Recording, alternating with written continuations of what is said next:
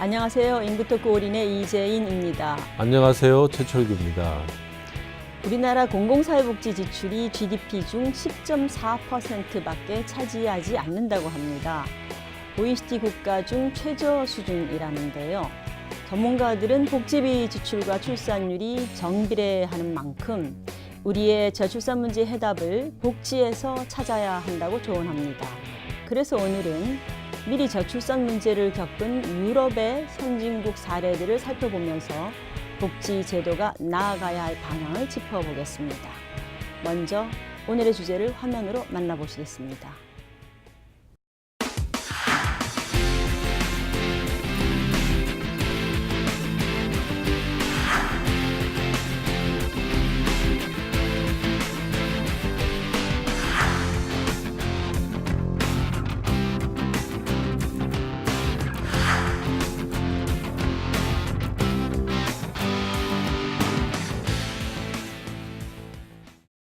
저출산과 복지국가에 대해 함께 이야기 나눌 두 분 모셨습니다.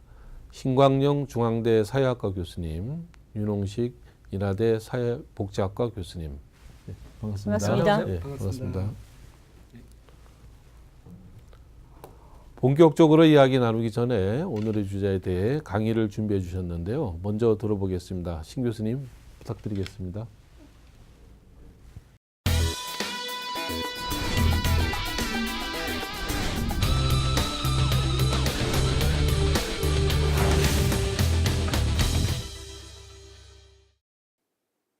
네, 안녕하세요. 중앙대 사회학과 신광영입니다. 저출산과 복지국가 아주 간단하게 몇 가지 말씀드릴 내용을 가지고 한 4, 5분 정도 강의를 하도록 하겠습니다. 저출산 문제를 어떻게 인식하느냐, 보통 이제 여성의 문제, 결혼한 여성의 문제로 흔히 생각하는데 저출산 문제는 여성의 문제가 아니라 사회 문제라는 이런 인식이 필요한 것 같습니다. 그래서 사회 시스템을 어떻게 잘 구축하느냐에 따라서 출산율이 높아지기도 하고 낮아지기도 하는 그런 것이기 때문에 여성만의 문제로 인식하는 것 자체가 대단히 잘못된 인식이다. 그 다음에 이제 두 번째로 강조드리고 싶은 것은 왜 그럼 저출산이라는 것이 문제가 되는가? 한국만의 문제가 아니라 여러 나라의 문제라는 거죠. 그래서 그것은 삶의 불안이 상당히 중요한 요인이다라는 인식이 중요한 것 같습니다. 그래서 이러한 문제의식하에서 몇 가지 그 내용을 간단하게 살펴보도록 하겠습니다. 그러면 불안을 만들어내는 요인이 뭔가 몇 가지로 우리가 정리할 수 있는데요. 첫 번째는 가족 형성의 문제, 결혼하고 출산하고 사는 것 자체가 굉장히 불안하다는 것이죠. 그 다음에 이제 자녀를 낳고 교육시키는 문제, 이것도 굉장히 불안정하고 또 예측 가능하지 않은, 그래서 전반적으로 가족 유지, 결혼 생활을 유지하고 가족을 유지하는 것 자체가 굉장히 쉽지 않은 그런 상황이 됐다, 이런 것이 이제 문제인 것 같고요. 보통 이제 유럽의 경우는 한국과 일본이나 한국과 굉장히 다른 측면은 이른바 이 결혼하지 않고 출산하는 비율이 높다는 거죠.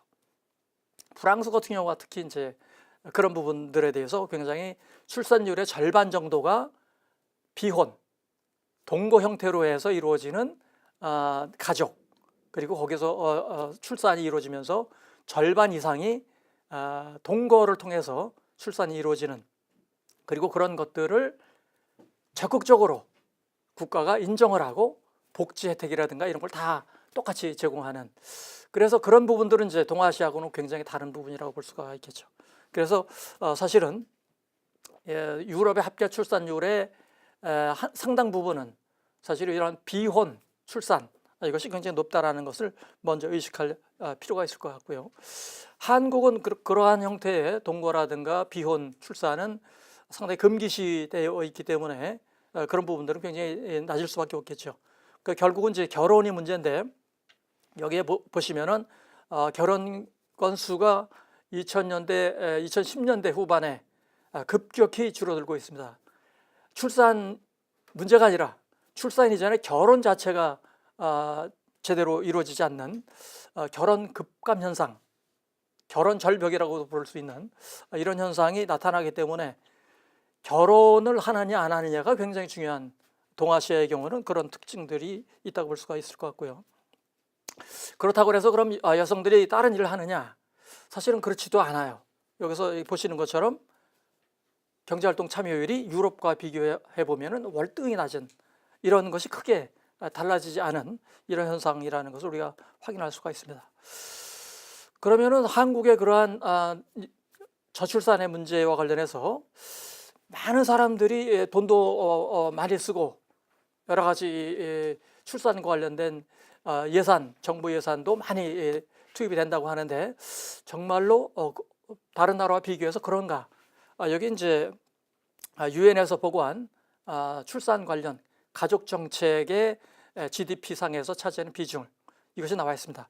그래서 출산율이 높은 여기 프랑스, 영국도 상대적으로 높은 경우고요. 이런 나라들하고 비교해 보면은 한국은 너무도 낮은 GDP 지출을 보여주고 있습니다. 그래서 일본, 한국 다 낮죠. 그래서 굉장히 많은 뭘 하는 것 같은데 실질적으로는 그렇지가 않다는 거죠. 최근에도 계속해서 그런 이슈가 제기되고 있는 바로 교육을 받더라도 노동시장으로 진출해서 일을 할 수 있는 그런 비율이 높아야 되는데 사실은 그것이 높지가 않다는 거죠. 그래서 비정규직, 미취업 이런 비율이 높기 때문에 사실은 뭐 결혼을 할 엄두를 못 내는 그런 청년들이 3분의 1 정도가 되는, 그래서 상당히 심각한 문제가 이런 고용과도 관련된 문제라고 볼 수가 있을 것 같고요. 그 부분은 지난 2000년대 들어서 크게 그런 상황이 개선되고 있지 않아요. 그러다 보니까 청년들의 어떤 결혼, 그다음에 출산 이런 것을 기대하기가 어려운 또 다른 노동시장의 조건이 있다라고 볼 수가 있을 것 같습니다. 그래서 사실은 한국 사회나 일본 사회나 동아시아 많은 사회들이 똑같이 저출산 문제를 안고 있는데 사실은 경제적으로는 굉장히 성공한 사례죠. 예외적으로. 그런데 전부 지금 미래에 대해서 굉장히 불안감을 가지고 있어요. 일종의 성공의 역설이라고 볼 수가 있겠죠. 그러다 보니까 결혼할 것인가 말 것인가, 출산할 것인가 말 것인가 이런 거에 대해서 별로 생각을 하지 않는, 그래서 꿈을 잃어버린 그런 상황이 아닌가. 그런 점에서 젊은 세대가 안심하고 결혼하고 안심하고 출산을 할 수 있는 그런 여건을 기성세대가 마련해 주는 것이 인구 문제, 저출산 문제를 해결하는 첩경이다, 이렇게 얘기를 할 수가 있겠습니다. 감사합니다.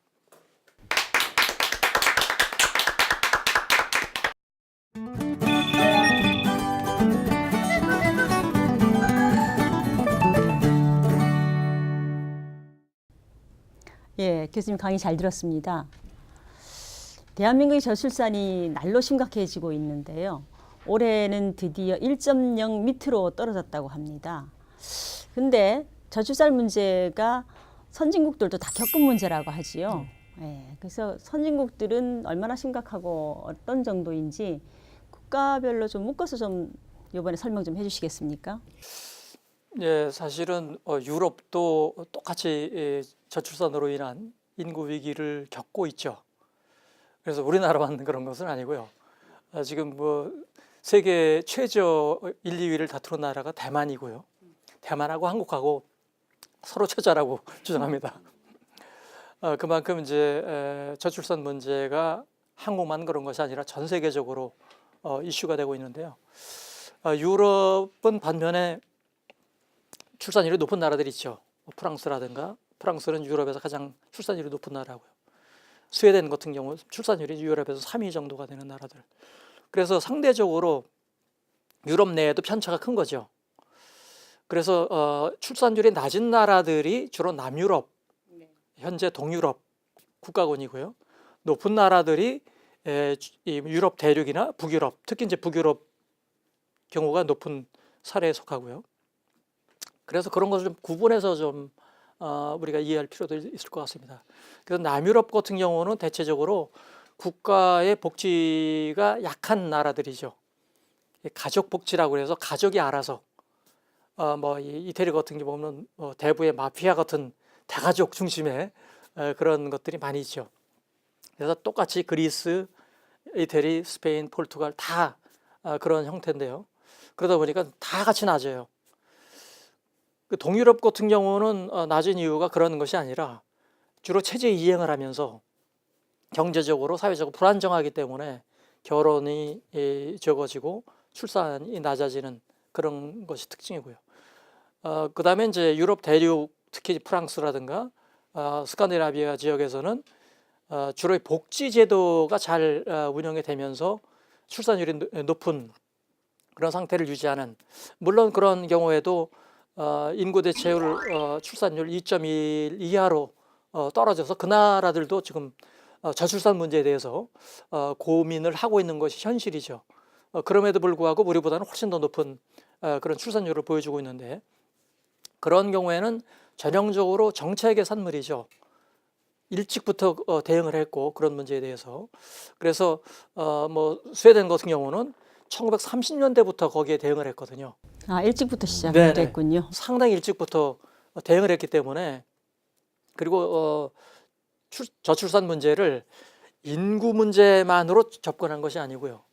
이른바 이 성평등 이런 차원에서 접근을 했기 때문에 상당히 좀 독특한 그런 접근을 보여주고 있다고 볼 수가 있겠습니다. 그래서 아까도 말씀드린 것처럼 여성들의 경제활동 참여율이 높고 그 일을 많이 하면서도 아이를 많이 낳는 그 비밀에는 결국은 여러 가지 가족 복지 정책 이런 것들이 상당히 잘 돼 있기 때문에 출산, 육아 이런 것으로 인해서 경력이 단절되거나 그 다음에 여러 가지 활동이 제약을 받는 그런 것을 제거해주는 국가의 정책, 이것이 이제 일찍부터 시작이 된 거죠. 그런 점에서는 이제 특징이 있다고 볼 수가 있을 것 같습니다. 스웨덴이나 이제 유럽 같은 그 프랑스 같은 나라의 이제 성공한 모델을 말씀해 주셨는데요. 근데 그 나라들도 처음에는 그 인구 절벽 그 시대가 있었을 거 아닙니까? 그 그렇죠. 당시에 어떤 사회 경제적인 배경이 있을 테고. 근데 우리나라하고 차이점이 있다면 뭐 어떤 차이가 있을까요? 그때 상황이. 그러니까 뭐 아까 이제 교수님 말씀하신 것처럼 1930년대 이제 인구 절벽이라기보다는 이제 학계 출산이 2.1보다 낮아지는 상황들에 직면을 했었는데, 크게 보면 이제 두 가지로 나눠지는 것 같아요. 이제 스웨덴은 출산 정책이나 인구 정책을 한 적이 없거든요. 그러니까 기본적으로 평범한 사람들이 살아가는데 어려움을 직면한 여러 가지 문제들을 국가가 해결해주는 이런 방식으로 이제 접근을 했고, 프랑스 같은 경우는 명확하게 이제 출산 장려 정책을 썼던 거죠. 이런 두 차이가 좀 있습니다. 이 차이가 있는데 사실은 이런 부분이 이제 지금도 나타나고 있는데요. 그래서 스웨덴 같은 경우는 그러니까 이제 모든 국민들이 생활하는데 어려움들을 제거하는 방식으로 했고, 프랑스는 선택권을 부여하는, 예를 들면 다양한 선택권을 주고 그 선택지를 국민들이 선택할 수 있게 해주는. 그래서 뭐 예를 들면 아동 돌봄과 관련해서는 중산층 이상들은 집에서 보모를 고용한다든지 뭐 이런 거를 하는 거고, 중산층이나 뭐 저소득층은 공적 보육시설을 이용한다든지 뭐 이런 이제 차이가 좀 나타나는 거죠. 복지가 잘 돼 있는 나라는 출산율이 높은 편이고, 유럽에서도 복지가 안 좋은 지역들은 출산율이 낮은 편인데, 잘 돼 있는 나라들도 그 사이에 좀 강조점이 다르고 특색이 있다 이 말씀이시군요. 근데 이제 복지도 좀 다양한 문제가 있는 것 같아요. 예를 들면 스웨덴하고 그리스하고 이제 GDP 대비 이제 복지 지출을 보면 스웨덴이 27.1%고 그다음에 그리스가 27%예요. 그런데 사실은 이제 양적으로 보면 거의 비슷하거든요. 근데 결국은 이제 이게 양의 문제일 수도 있는데, 그 돈을 이제 아까 이제 강의에서 말씀하신 것처럼 어디다 어떻게 쓰느냐, 이게 굉장히 중요한 역할을 하는 거죠. 네. 출산율이 높은 고복지 국가들도 지금 프랑스 사례하고 스웨덴하고 조금 다르다고 말씀 주셨잖아요. 그러니까 스웨덴은 특히 양성평등이 위주가 되고, 프랑스는 가족복지가 강화되고 이렇게 나눌 수 있는 겁니까? 네, 그렇게 좀 이해할 수 있습니다. 양성평등이라기보다는 기본적으로 사회적 단위를 어떻게 생각하느냐 이런 차이가 있는 것 같아요. 그러니까 스웨덴 같은 경우는 기본적으로 개인을 중심으로 정책을 다 설계하기 때문에 개인을 중심으로 설계하면 이제 성평등이라는 문제가 자연스럽게 이제 결합될 수 있는 거죠. 근데 반면에 이제 프랑스는 국가적 목적하고 단위로서의 가족 이런 부분이 상대적으로 강조되는 나라입니다. 그래서 약간 그런 부분의 차이인데 물론 한국과 비교하면 개인의 권리가 훨씬 더 강한 나라죠. 그러니까 한국을 그냥 그 둘 간의 차이와 이렇게 비교하기는 좀 어려운 것 같아요. 한 가지 더 강조해 주신 것 같은데요. 이게 성평등 수준, 네. 양성평등이 얼마나 달성되느냐가 좀 밀접한 관계가 있다는 거죠. 남유럽하고 북구 유럽하고도 그 면에서 차이가 나요. 예, 사실은 이제 동아시아의 특징 중에 하나가 일본도 그렇고요. 일본도 지금 거의 50년 저출산이거든요. 그래서 현재 인구가 한 뭐 1억 2천 3,400 되는데 2060년 정도가 되면 한 8,700으로 준다고 그래요. 8,700만으로. 그래서 전체적으로 이제 인구가 이제 급격히 축소가 되는 거죠. 그런 차원에서는 지금까지 없었던 어떤 변화가 경제, 사회, 문화, 뭐 정치 이르기까지 굉장히 포괄적인 변화가 예상이 되는데 아무도 그걸 알 수가 없어요. 경험해 본 적이 없거든요, 인류 역사상. 근데 이제 그 길을 한국도 비슷하게 가고 있는데요. 그것 중에 하나가 결국은 일본도 그렇고 동아시아 전체가 경제 성장만을 굉장히 강조한, 그래서 경제가 성장할 때 미래를 준비하지 못한 대표적인 사례가 이제 일본이죠. 그러다 보니까 거기서 발생하는 문제들이 심각하거든요. 경제가 잘 안 돌아가니까 일본에서는 이제 고용을 할 때 비정규직을 고용을 해서 지금 한 40% 가까이 되거든요. 우리보다 더 높아요. 그러다 보니까 청년들이 취업을 하지만 비정규직이니까 결혼을 안 하죠. 못 하죠. 그래서 비혼이 늘고, 비혼이 늘어나니까 또 출산율이 또 떨어지고요. 그래서 이런 고용, 그다음 결혼, 저출산 이런 것들이 경제 시스템과 맞물리면서 정책과 맞물리면서 사실은 이제 일본도 저출산에서 벗어나기 힘든, 저출산의 늪에 빠져버린 거죠.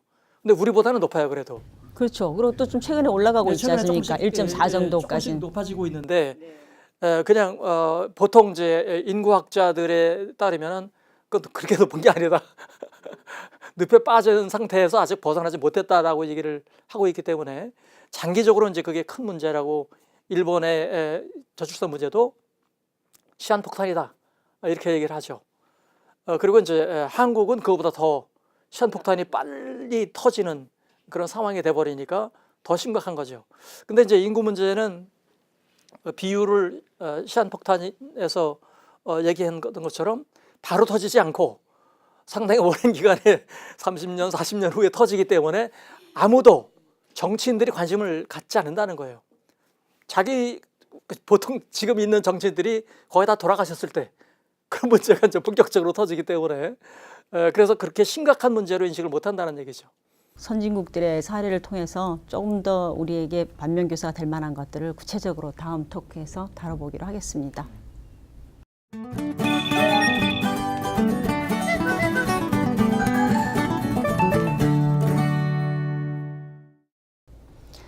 네, 저출산 하면 동아시아가 다 유명하지만 그래도 일본은 일찍 경험한 만큼 빨리 지금 반등의 계기를 잡은 것 같습니다.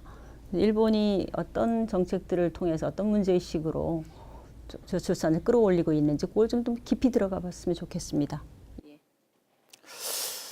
예, 일본의 저출산 관련 정책들은 뭐 여러 가지가 있겠습니다만은 실질적으로 이제 뭐 육아휴직을 늘린다든가 1992년에 도입한 정책이죠. 그래서 1년으로 육아휴직을 늘려서 결국은 이거는 이제 주로 이 결혼한 사람들을 대상으로 하는 거죠. 근데 이제 문제는 결혼을 하는 부부가 줄어드는, 결혼이 늘어야 일단 결혼한 사람들 대상으로 하는 정책이 성공할 텐데 비혼이 늘고 있기 때문에 비혼자를 위한 정책들, 그래서 주로 이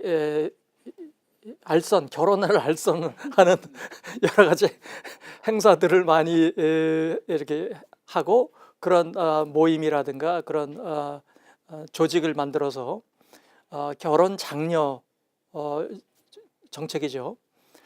그런데 생각보다 그렇게 성공적이지는 못했어요. 그래서 전반적인 평가는 일본 내에서의 어떤 그 출산율이 조금씩 높아지긴 했지만 그것이 그렇게 제 정책 효과를 얘기할 정도로 그렇게 눈에 두드러지는 성과는 내지 못했다라는 평가들이 이제 계속 있으면서 여전히 이제 일본이 그런 문제를 안고 있는데 덧붙여 말씀드리면 근데 일본이 지금 반등을 한 건 사실이지만 한계가 좀 명확한 것 같아요. 왜냐하면 일본이 우리랑 같이 갖고 있는 문제 중에 하나가 그 성평등 문제에 굉장히 취약하고요. 여성의 지위가 어떻게 보면 우리보다 더 취약한. 예를 들면 최근에 미투나 이런 부분이 사회적으로 그래도 우리는 공론화될 수 있는 분위기지만 일본 같은 경우는 완전히 묻혀 있는.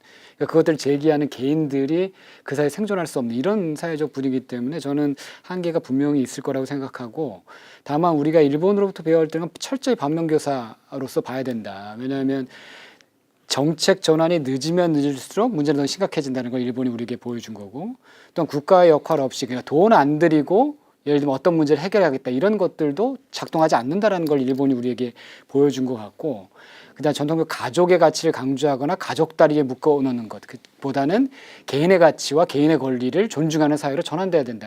그렇지 않으면 출산율 반등이 좀 어렵다. 이런 것들을 일본이 우리에게 전달해 준 것 같아요. 그래서 반면교사로서 우리가 빠른 정책 전환을 통해서 일본의 교훈을 통해서 그렇게 좀 방향 전환을 해야 되지 않을까 이렇게 생각하고 있습니다. 일본이 우리보다 좀 나은 게 아이 키우는 가족에 대한 국가 지원, 네. 폐시 지원은 좀 높은 걸로 보이죠.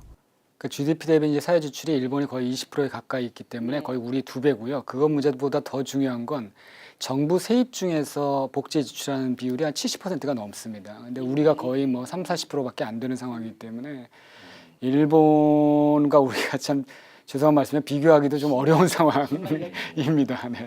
지금 저출산 국가 중에서 성공 사례로 그 아주 높은 출산율은 아니지만 독일도 자주 거론되지 않습니까? 1.27인가까지 떨어졌다가 서서히 지금 올라가고 있던데요. 그런 나라들 우리가 좀 궁금합니다. 독일도 제가 알기로는 2007년, 2000년대 초중반을 거치면서 패러다임을 크게 전환했습니다. 그 전까지는 독일의 우리가 일반적으로 복지국가 얘기를 할 때는 보수주의 국가라고 그러거든요. 네. 근데 왜 그러냐면 이제 복지에 대한 기본적인 책임이나 돌봄의 책임을 가족이 전담하게 하고 가족이 전담한다는 것은 기본적으로 성별 분업에 입각해서 여성의 돌봄을 책임지게 하는 이런 전통이 굉장히 강했고 또 하나는 이제 나치의 경험 이런 것 때문에 국가가 개입하는 것들에 대해서 굉장히 이제 경계하는 이런 역사적 전통이 있는 거죠.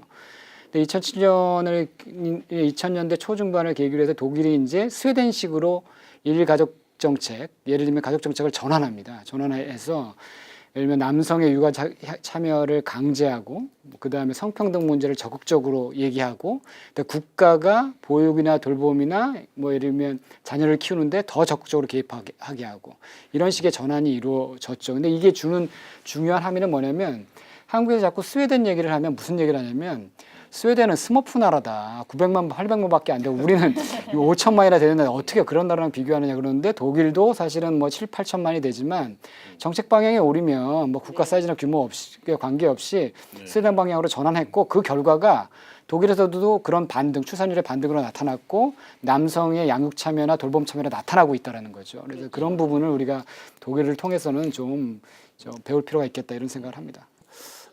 독일의 출산율을 보면은 독일은 독일인, 독일에서 태어나서 독일 사람이라고 생각되는 경우는 출산율이 낮아요. 이민자들은 출산율이 좀 높아요. 그러다 보니까 전체적으로는 출산율이 좀 계속해서 높아지는 그런 측면이 있기 때문에 독일의 출산율의 상당 부분은 이민자들의 출산율이 높은 것 이런 부분도 있어요. 프랑스도 그렇죠. 프랑스도 뭐 당연히 그렇죠. 그런 점에서는 이제 저출산 문제하고 이민 문제하고 이것이 이제 맞물려 있어서 출산율이 조금씩 높아지는 측면도 있기 때문에 또 일본이나 한국하고는 또 다른 측면도 있죠. 남성의 육아휴직 그 활성화 문제가 저출산 문제를 해결하는데 어떻게 그 직접적인 연관이 있을까요? 우리나라하고 좀 다른 나라 좀 비교를 좀 해주세요. 뭐 대표적인 나라가 아마 이 스웨덴일 것 같은데요. 그래서 스웨덴에서는 이제 남성도 법적으로 3달 정도를 의무적으로 육아 휴직을 해서 육아에 참여하도록 의무적으로 세 의무적으로. 달은 꼭 네. 애를 키워야 돼. 예. 그거를 그거는 진짜 양성평등 정책과도 아주 뭐 그렇죠. 연관돼 있고. 근데 네. 이제 이런 정책을 실질적으로 뭐 3인당에서 제안한 것이 아니고 보수당에서 제안했어요. 스웨덴 보수 정당들이 왜 남성은 육아를 안 하느냐. 그래서 이 양성평등 육아와 관련된 가사 분업, 그다음에 이런 저출산 문제를 이거는 어떤 정당의 입장이 아니라 스웨덴의 모든 정당들, 스웨덴의 모든 사회 집단, 국민들이 합의하는 그런 것이라는 거죠. 그러다 보니까 그거는 정쟁의 대상이 되지 않아요. 의무화를 제도적으로 검토할 필요가 있다고 보여지는데 있죠. 그렇습니까? 그래서 사실은 이제 스웨덴 가면은 낮에 공원에 남자들이 유모차 끌고 다니는 경우가 많아요. 그래서 건장한 아주 덩치가 큰 바이킹족이니까요. 그래서 조그만 이렇게 애기 유모차에 이렇게 끌고 공원에서 왔다 갔다 하는 남성들을 볼 수 있는 게 굉장히 한국 사람들의 입장에서는 참 희한하기도 하고, 그만큼 이제 그 육아휴직 이런 것이 보편화되어 있기 때문에. 근데 우리는 제도는 돼 있지만은 실질적으로 활용하는 비율은 너무 적거든요. 그러니까요. 전체 가정들이 아이를 낳으면은 그 아이 키우는 기간 동안의 소득 감소를 보완해주는 제도가 지금 갖고는 안 된다는 말씀이시잖아요. 예, 스웨덴 참고로 해서 그런 부분이 제도로 보완할 수 있는 부분이 이게는 뭐 문화 문제나 인식의 문제가 아니지 않습니까? 그것도 굉장히 중요하죠. 이제 말씀하셨는데 사실 70년대 보면 스웨덴도 굉장히 부정적이었고 남성들이 육아휴직에 참여하는 게, 근데 단적인 예가 있는데 뭐냐면 스웨덴에서 가장 마초 같은 레슬링 선수가 있었어요. 그 선수를 모델로 해가지고 어마어마하게 컸거든요. 어떤 포스터를 스웨덴 정부가 만드냐면 그 선수가 조그만 아이를 안고 돌보는 모습들을 포스터로 제작합니다. 전체 이제 나라 이제 배포 그런 식으로 이제 굉장히 적극적으로 인식 개선 작업을 했던 거죠. 인식 개선 작업과 제도 개선을 병행을 해서. 예. 근데 우리 그렇게 성공 사례가 비교하면 있으니까 우리는 그런 적이 없죠. 네, 여태까지. 그렇게까지 해본 적이 없습니다. 그러면 다른 나라하고 우리나라로 비교했을 때 그 정부에는 각 무슨 뭐 부처나 뭐 기구가 있잖아요. 출산 관련해서. 전담 부서에. 예, 전담 부서가 있고. 그런 뭐 특징이 좀 있나요? 우리나라에 비해서 유럽은 뭐 독일이 어떤 좀 뭐 식으로 괜찮다 이런 얘기를 들은 것 같습니다. 독일이 이제 그런 뭐 여성, 뭐 청소년 뭐 이런 쭉 부가 있고, 일본이 이제 아마 인구 정책인가 뭐 그런 부서가 있고, 프랑스도 이제 있는 걸로 알고 있는데, 우리가 이제 삶의 질의 전환 문제, 그러니까 삶의 질의 문제로 출산을 접근하게 되면 적절한 접근법은 아니라고 생각합니다. 왜냐하면 삶의 질이라는 거는 교육, 노동, 주거 뭐 이런 것들이 다 들어가기 때문에 특정 부서가 하는 건 적절하지 않는데, 단 이런 건 있는 것 같아요. 지금 저출산고령사위원회가 있는데, 위원회를 만든 목적은 여러 가지 삶과 관련된 부서에 흩어져 있는 것들을 조정과 통합해서 국민의 삶을 높이는 이런 정책을 하라고 이제 저출산고령사위원회를 만들었지만 실질적 권한이나 이런 게 제대로 부여되고 있지 않거든요. 네, 위원회죠. 취합하는 것. 그렇죠. 그래서 실제적으로 그런 관점에서 전체 정부 정책들을 조정하고 통제할 수 있는 이런 기능을 할 수 있는 기구는 필요하겠다, 이런 생각이 듭니다. 일본도 있죠. 일본도 일본도 있죠. 컨트롤 타워가 뭐 일본은 전형적으로 국가 주도의 여러 가지를 하는 거니까 당연히 이제 그 일종의 위원회도 있고 컨트롤 타워가 있는데, 일본은 사실은 이제 지방자치가 우리보다는 좀 더 발전된 사회들이기 때문에 지방 단위에서 지방자치 수준에서 정책들이 이 현마다 조금씩 다르죠. 그래서 이제 그런 부분들의 어떤 그 출산율의 차이가 나타나는데, 그런 점에서는 이제 우리보다는 중앙 집권적이긴 한데 실질적으로 여러 가지 정책 집행은 지방 단위 수준에서 이루어지고 있기 때문에 우리보다는 훨씬 더 좀 분산적이라고 볼 수 있을 것 같아요. 자연스럽게 여러 나라 사례들을 이야기하다 보니까 우리나라가 어떤 점을 개선하면 좋겠느냐로 지금 이어지고 있는데요. 토크 3에서도 본격적으로 저출산을 해결하기 위한 한국의 과제를 다뤄보기로 하겠습니다.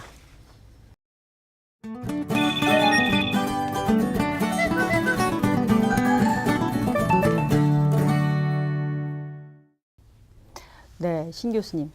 복지국가 저출산에 대해서 쭉 꾸준히 연구를 해오셨는데요. 지금 1.0 밑으로 떨어지는 이 시점에는 누구라도 위기라고는 말씀들을 하십니다. 국가의 위기다. 그럼 위기에 대처하는 위기라고 했으면 위기에 대처다운 대처가 나와야 될 텐데 어떤 게 위기다운 대처라고 생각할 수 있을까요? 글쎄요, 지금 위기라는 말은 난무하지만은 그 말에 걸맞는 여러 가지 사람들의 인식의 변화라든가 정책적 대응이라든가 이런 거는 위기와는 조금 무관한 일상적인 것이 아닌가 하는 생각이 들어요. 예를 들어서 위기라면은 절대적으로 심각한 상황인데 그렇게 심각한 그런 상황으로 인식하느냐, 그냥 뭐 좀 문제가 있다라는 이런 정도로 인식하느냐, 그것에 따라서 정부나 국민 전체가 이런 문제에 대한 어떤 그 태도 자체가 달라질 텐데 그렇게 뭐 말은 하지만 심각하게 바라보고 있는 것 같지는 않아요. 그러다 보니까 이제 이런 정부 기관도 그렇고 그냥 뭐 좀 예산 좀 늘리고 그다음에 부처 간 협의하고 그래서 회의하고 위원회 만들고 뭐 그렇게 해서 그냥 뭐 하는, 그래서 1년 지나서 평가해 보면은 별로 안 늘었다 그러면은 뭐가 잘못됐다 그래서 뭐 하는 정도지. 그야말로 무슨 이 국가 간 뭐 대공황이 발생해 가지고 거기에 올인하는 그런 방식의 그런 위기에 대한 인식과 접근은 아닌 것 같아요. 그런 점에서는 이제 사실은 말은 난무하지만 실질적으로 그렇게 심각하게 그런 것에 대한 대응이 이루어지고 있다고 보기는 힘든 것 같습니다. 위기를 위기로 받아들인다면은 나중에 이때 대처를 잘했다라고 분명히 말할 거다라는 건 많은 분들이 인식을 하십니다. 그런데 지금 위기로 받아들인 증거는 아무것도 안 보이지 않습니까? 뭐부터 시작할 수 있을까요? 근데 제가 드리고 싶은 말씀은 계속 국민들에게 두 가지 메시지, 그러니까 상반된 메시지를 이제 우리 사회가 주고 있는 것 같아요. 우리 사회 구성원들에게. 하나가 뭐냐면 저출산 현상 때문에 노인 부양률이 높아지고 앞으로 미래의 노동력이 줄어들어서 우리 지속 가능한 성장이나 잠재성이 계속 떨어진다 이런 얘기 하고 있잖아요. 네. 노동력이 부족하다 계속. 근데 또 하나가 뭐냐면 AI나 4차 산업 때문에 일자리가 줄어든다.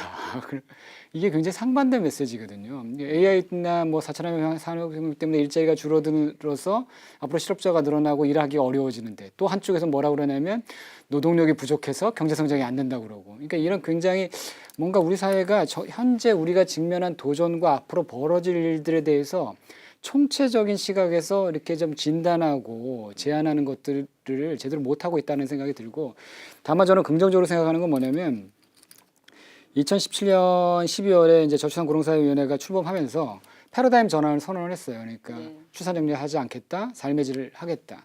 저는 그게 굉장히 중요한 의미라고 생각을 하고, 이제 그러면 삶의 질을 개선하기 위해서 어느 부분을 어떻게 고쳐야 될지 이제 시작할 필요가 있겠다 이런 생각이 듭니다. 근데 그게 간단하게 몇 가지 복지 정책 늘리는 문제가 아니라 지속 가능하려면 산업 구조도 바꿔야 되고 노동시장 구조도 바꿔야 되고 정치 체계도 바꿔야 되고, 그러니까 한두 가지의 문제가 아니기 때문에 일단 방향을 트는데 좀 힘을 모았으면 좋겠다 이런 생각을 갖고 있습니다. 청년 세대의 인식은 완전히 다르거든요. 그러니까 예를 들면 그런 얘기를 저도 신광희 교수님이나 두 분 말씀하시는 거나 이런 부분을 굉장히 공감하고 동의하는 사람인데 전적으로 동의하는 사람인데, 청년 세대는 어떤 생각을 하냐면 인력에 대한 문제, 뭐 경제 성장에 대한 문제, 국가에 대한 문제, 이런 문제를 자꾸 연관시키지 말라는 거예요. 왜 자신의 삶을 그렇게 자꾸 연관시키냐는 거죠.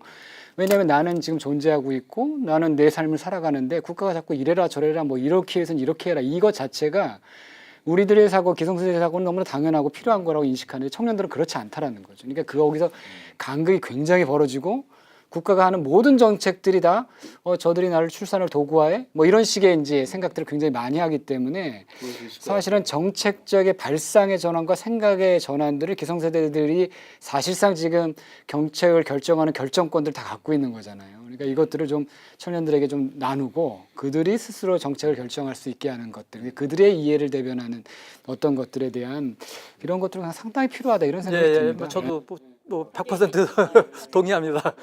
그리고 이제 저희가 지금 나눈 얘기는 결과예요, 다. 결국은 개인들의 선택에 영향을 미치는 정책들이 어떻게 돼야 되느냐, 그래서 긍정적인 결과를 만들어내느냐. 근데 이제 결과만 강조하다 보면은 결국은 청년들이 우리가 뭐 출산의 도구냐 이렇게 생각할 수 있겠죠. 그래서 결국은 개인들의 선택, 개인들의 어려움을 덜어주는 그런 정책이 가장 우선적으로 고려돼야 될 부분이라고 생각합니다.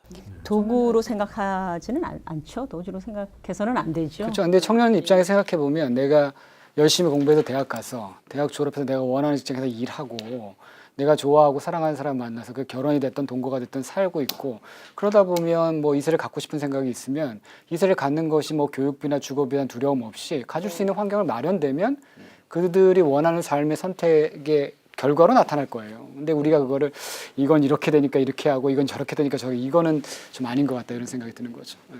복지 그 재원 문제 조금 더 들여다봤으면 하는데요. 아까 교수님 강의에서도 나타났지만 우리나라 이제 공공복지 지출이 10.4% GDP에 OECD 평균에 비해서 뭐 20%의 평균에 비해서 많이 떨어지잖아요.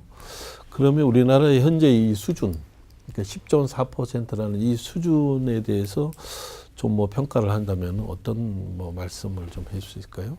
그러니까 뭐 1인당 GDP나 경제 규모나 성장한 거에 비하면 굉장히 낮은 수준인 거죠. 낮은 수준이라고 이제 그 절대량은 그런데 더 이제 이게 그 세원 구조 자체 세원도 낮지만 문제는 지출도 낮지만 문제는 뭐냐면 정부 세입의 규모에서 보면 스페인 같은 경우는 정부가 걷어들인 스페인이요. 스페인도 스웨덴도 뭐 얘기를 할 수 있는데 같은 경우는 82%를 복지에 써요. 그러니까 정부가 걷어들인 거예요. 근데 우리는 얼마를 쓰냐면 우리는 42.8%만 쓰거든요. 그러니까 나머지 부분이 사실은 사회복지에 지출되지 않고 다른 뭐 예를 들면 인프라나 뭐 이런 데 이제 투자가 되는 거겠죠. 다른 부분에 투자가 되는 거겠죠. 근데 이게 OECD가 대충 보면은 대충 OECD가 전체 세입의 64% 정도를 이제 복지에 쓰는데 우리가 지금 42.8% 쓰니까 OECD 평균만큼만 지금 걷어들인 세금을 늘려도 지금 지출하는 거에 대략 한 1.5배 정도를 늘릴 수 있는 거죠. 그러니까 지금 그게 이제 세출구조 조정인데 이제 문제는 뭐냐 그것들을 어떻게 할 수 있느냐라는 건데 박근혜 정부에서 못했죠. 결국 못했고. 근데 제가 이제 재원가들에서 말씀드리고 싶은 거는 뭐냐면 돈과 국가의 재원을 투여하지 않고 국민의 삶의 질을 개선할 수 있는 방법은 없다라는 겁니다. 그 증세보다는 세출 구조 조정 이거 더 필요한 과제인 것 같은데요. 그래야지 이제 국민들이 얼마나 많은 혜택이 본인한테 들어오는지를 좀 체감할 수 있을 것 같고. SOC나 뭐 국방비나 뭐 이런 거보다. 그렇죠. 이제 아마 한반도 평화 문제와 관련해서 이제 국방비 문제도 이제 우리가 검토할 수 있을 것 같고 SOC는 사람의 이제 콘크리트에 투자하지 말고 사람에 투자하자 이것도 좋은 표이고 그런 방향으로 가는 건 맞는데. 지난 정부에서 경험하셨겠지만 박근혜 정부가 증세 없이 복지하고 세출구조조정을 통해서 하겠다라고 했지만 실제로 못했거든요. 그게 왜냐하면 이게 세출구조 조정하는 게 그 세출 하나하나에 다 이해 집단들이 있는 거거든요. 근데 그걸 조정하기 힘들기 때문에 그건 저는 장기과제라고 생각을 합니다. 장기과제라고 생각을 하고 다만 저는 박근혜 정부가 잘한 부분도 있다. 뭐냐면 역대 지난 20년 동안 증세한 정부가 유일하게 박근혜 정부입니다. 그리고 GDP 대비 조세 부담률을 2%포인트를 높였어요. 그러니까 증세 없는 복지 하겠다고 그랬는데 GDP 대비 조세 부담률을 2% 높인 정부가 박근혜 정부였고 그 재원으로 지금 뭐 문재인 정부 지금 하고 있는 거죠. 하고 있는 거예요. 그래서 저는 적어도 문재인 정부면 박근혜 정부가 2%포인트 높였으면 그거보다는 더 높일 필요가 있다. 그런데 자꾸 뭐 감세하고 이러면 곤란하다. 그러니까 적어도 문재인 정부가 촛불 시민들의 힘으로 등장한 정부라면 국민의 삶을 개선하기 위해서 2%가 아니라 그 이상도 높일 수 있다.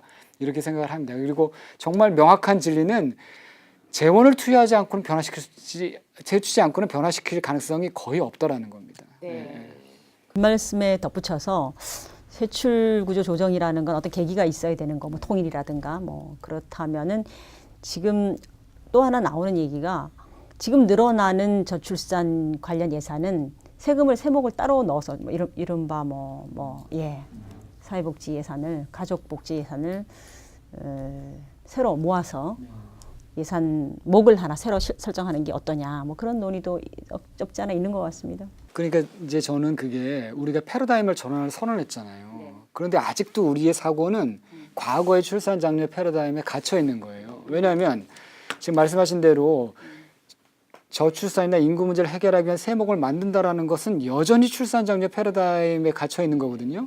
삶의 질을 개선한다는 문제는 어떤 한두 가지 세원으로 하겠다는 문제가 아니라 국가의 모든 역량을 국민의 삶의 질을 개선에 투입하겠다라는 건데 조정과 통합의 기능이 그렇죠. 필요한 거지. 네. 예. 그래서 그런 얘기죠. 식의 이제 사고들을 우리가 계속하고 있다는 거죠. 그래서 아마 저는 국가 주도, 정부 주도, 그렇죠. 이제 개발 국계 항목 갖고 되는 문제가 네. 아닌데. 아니죠. 개발 국가 시대의 발상 그게 그렇죠. 계속 예, 있는 예. 거죠.